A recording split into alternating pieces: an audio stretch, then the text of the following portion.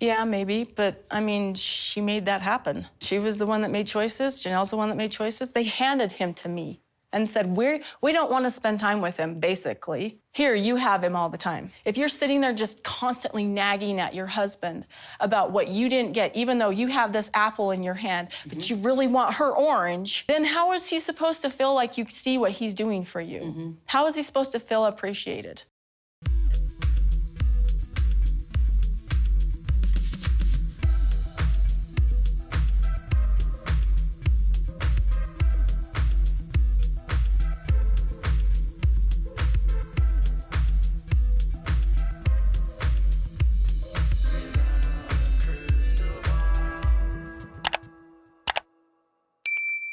Hey everyone, it's Katie from Without a Crystal Ball. Welcome back to my channel. It is Friday, July 21st, 2023, and I hope you're having a wonderful day.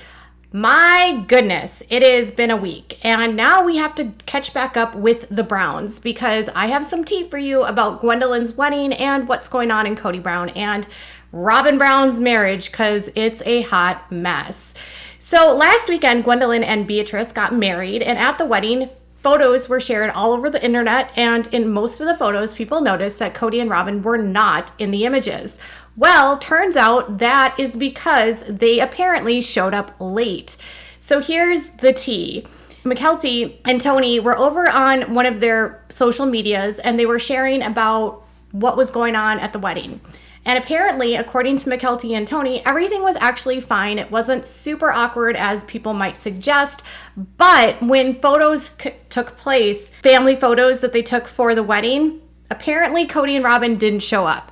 According to them, they showed up later, and while it was awkward when they first got there, everything sort of calmed down and things just were sort of chilled out as people unwinded and enjoyed the wedding and had fun. So it sounds like people were able to put everything aside for the benefit and for Gwendolyn's wedding. As far as like the interaction, it sounds like people just sort of did their thing, and as far as like them not being in pictures, it was just because they weren't there. Now, why a father wouldn't show up to a wedding for photographs is a whole other question that I cannot answer, but it is Robyn and Kody, and they might just be bitter because that's what they do. Gwendolyn's wedding was apparently super awesome, and they mentioned that everyone had a really good time. It was supposed to be like a cocktail type event, and everyone is super happy for her, and Kody and Robyn sort of stayed off to the side. They sat on a couch and kind of did their own thing, and everyone else sort of mingled. So it was awkward, but fine. And as far as have Kody and David met, the answer is yes, although there has been no discussion about what those confrontations or conversations have been like. So Kody's met Christine's fiance, and everything as far as that goes is apparently, I don't know, awkward, but okay. So let's dive into the real tea here, and that has to do with what is going on with Robyn Brown and Kody Brown's marriage. Before we dive into today's topic, can you do me a big favor and give this video a thumbs up? Also, please subscribe to my channel if you have not yet subscribed by clicking on the subscribe button down below. Click on the bell so you can get notified of any time I go live or new content loads. If you have something you'd like to say, make sure to say it. And if you are, and by leaving a comment, if you want to share the video with your friends, I would love you to do that. Really close to 340,000 subscribers. I'm less than 1,200 away. So if you think about wanting to subscribe, that would be super cool. Let's dive in and discuss. This is going to be a not super long video. So yesterday's and last week's videos have been a little bit longer. Okay, so here's the deal. According to Mykelti and Tony, Kody views Robyn as his soulmate, and their relationship was very different in terms of like how Kody fell for Robyn than he did for the other wives. It was the first time she really thinks he fell in love. And as even Christine has said, she sort of felt that Kody and Robyn's relationship was very different. It was a complete marriage, and it was not necessarily the same as what he had had with his other wives. Kody was very stubborn about admitting this in his marriages and instead tried to keep everything together.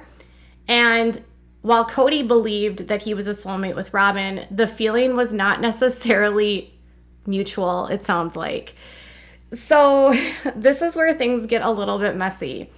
Okay, so Robyn Brown joined the family like 12 or 13 years ago, actually 2008 or 2009.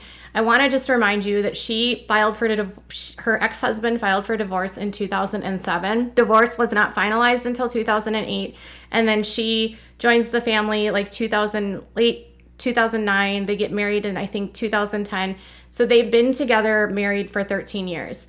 And when she joined the family, she joined because Kody was a polygamist, and that is what she wanted. She also was very much after the attention, notoriety, and fame that Kody's family had, according to people I've spoken to, allegedly.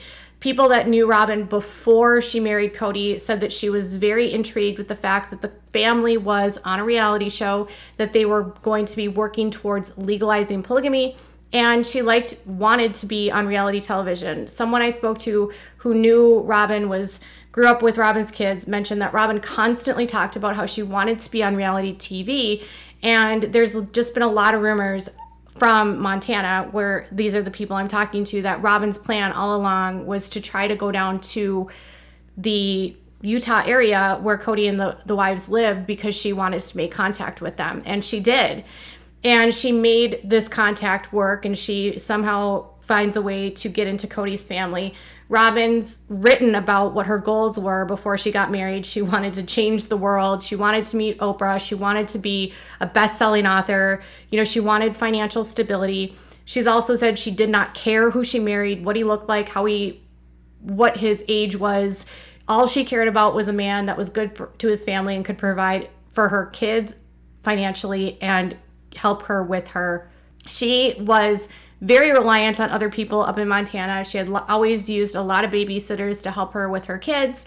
And once she got down to Utah and was able to sort of finagle her way into this, she got exactly what she wanted by going on to the reality show, getting into the family. So when she met Kody, while she, agreed to marry him, as far as like it being a soulmate experience, I know she said that. Not exactly what she wants today, and it's not what she planned. So according to McKelty, Robyn is still really not happy with the way things are. She didn't want to be a single wife, even though all of her actions proved otherwise. So she was manipulative, vindictive, she meddled in relationships, she created division, Kody did a lot of triangulation between Robyn and the other wives, but Robyn equally did a lot of triangulation between Kody and the wives.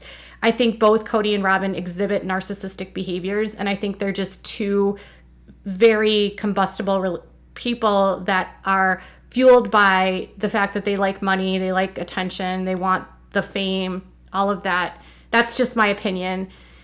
And I'm not saying they have narcissistic personality disorder. I'm just saying they're narcissistic traits per se. Like they want the adoration of being on the show. They want the fame. They're very materialistic. Gwendolyn has talked about how materialistic her dad and her stepmom are. And so she wanted to become a wife in a plural family. She left David, primarily her first husband, because, well, she spent all of his money and then he found out about it. 2, because he couldn't provide the life that she wanted financially. And 3, because David had zero interest, or Preston had zero interest in ever becoming a polygamist. And that's what Robyn wanted. So Robyn joined the family assuming that this family would stay intact, not realizing that Kody was going to fall head over heels for her, basically abandon all the other wives for her, and she was not going to do anything to stop it. Because she got her needs met, she got her wants met, she got her nice big house, she got all of the nice things that she wanted, she got all the watches and the jewelry and the cars, all of that stuff that she never had before.